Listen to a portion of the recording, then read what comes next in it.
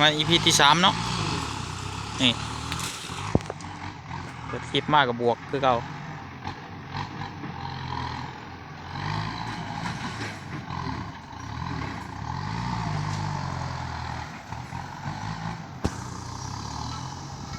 ขนาดเดิมๆเนี่ย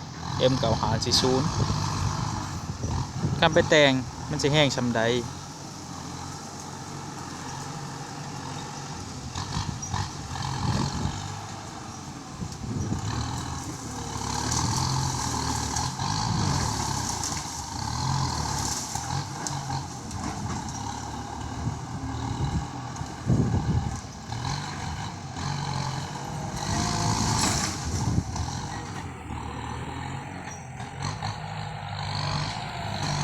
มีอย่างเลยขาโหดยังกับเบิ่งเอาตามคลิปนี่แหละเนาะบลมยาว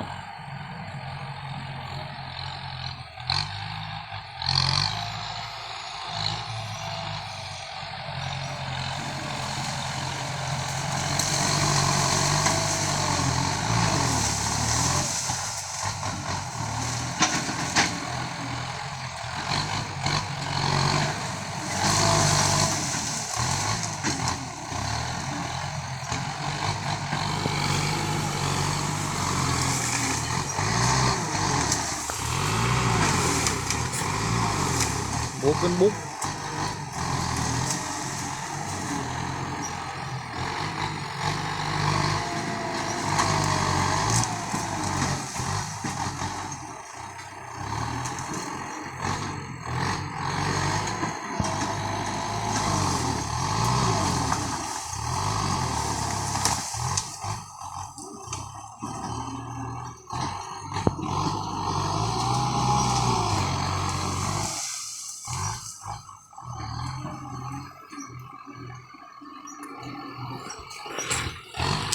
แต่เก่าหายังซ้ำนี่108จิขนาดใด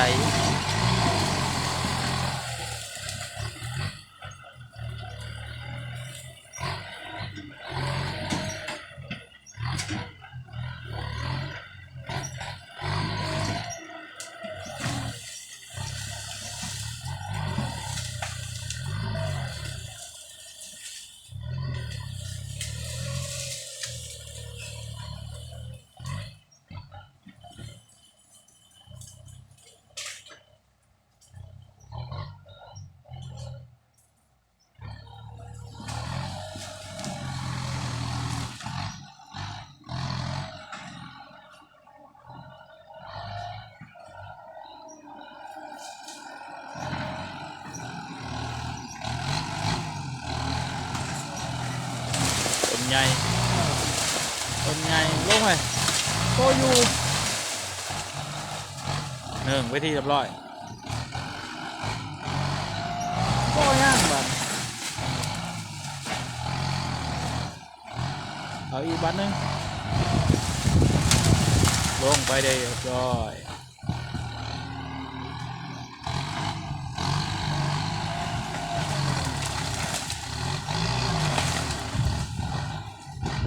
ผ้าตรงนี้เนาะ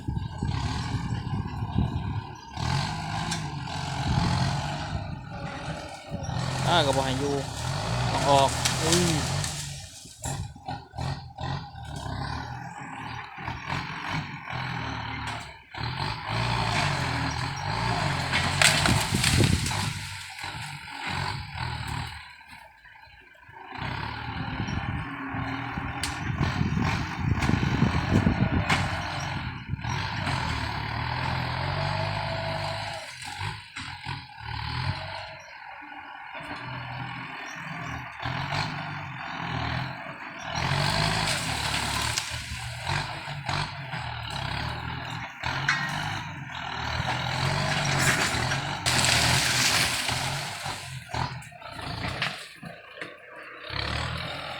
โอ้คุณ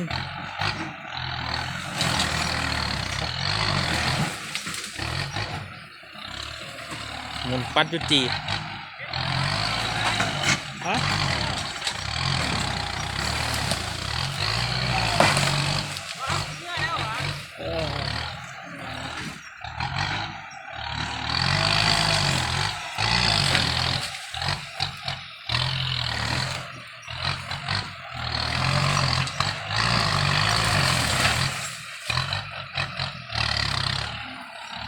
เต็มที่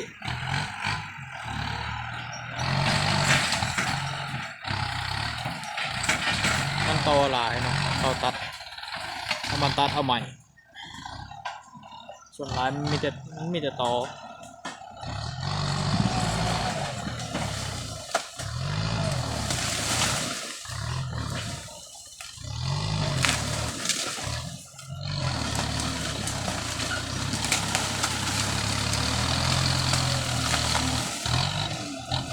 นี่จะว่าลุยไม่ยั้ง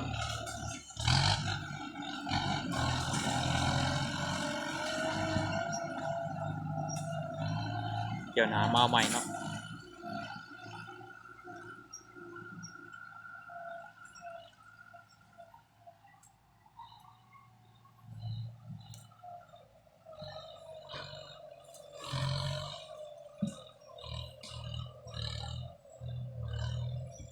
ของห่างๆเพิ่นเนี่ยแหละอันตราย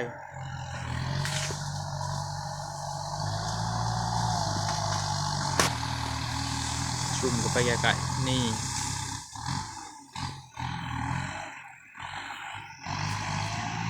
ดันกับไป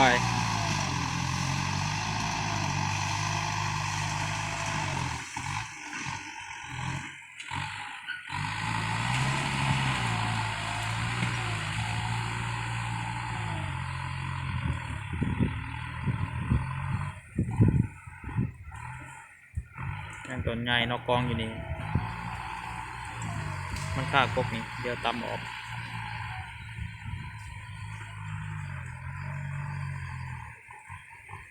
เปลี่ยนทีโดยหรอกนี่กองใหญ่หนึ่งมันจะกอง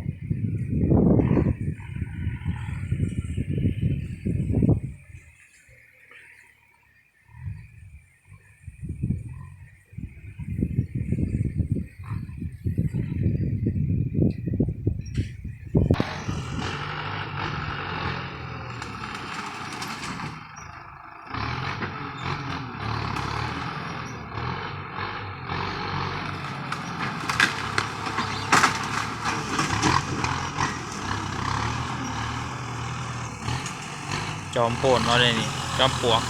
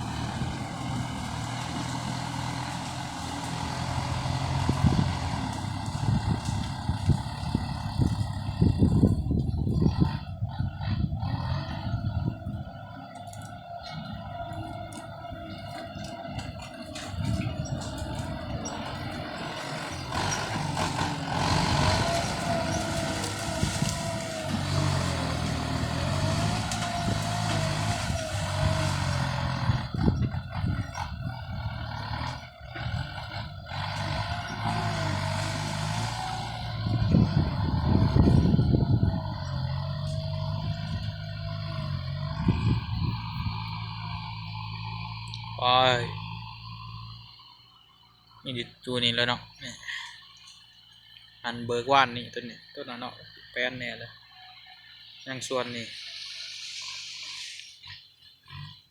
ตัวนี้คือคุ้งแต่นี้เนาะพอไปผูกไปไปได้มีแต่ตอมีแต่เห็ดวางนี่เบิกนี้แล้วก็ไถแล้วก็ยกคู่บานเห็ดส่วนมันเนาะเขาจะปลูกมัน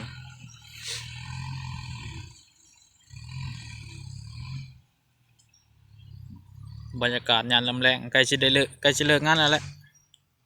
ตอนนี้ก็เป็นเวลา5 โมงแล้วเนาะ5 โมงแล้ว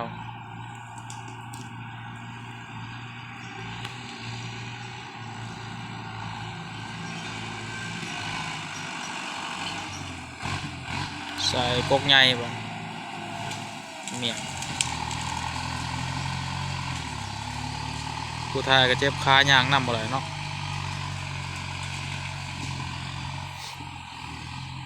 มีแต่ซูมเอาเด้อคลิปมันก็จบเพียงเท่านี้ฝากกดไลค์กดติดตามกดแชร์นะเด้อเนาะจังช่อง YouTube แล้วก็ TikTok สิมีคลิปทำงานลงอยู่คู่มือเฮ็ดงานลงอยู่คู่มือเราเฮ็ดงานคู่มือ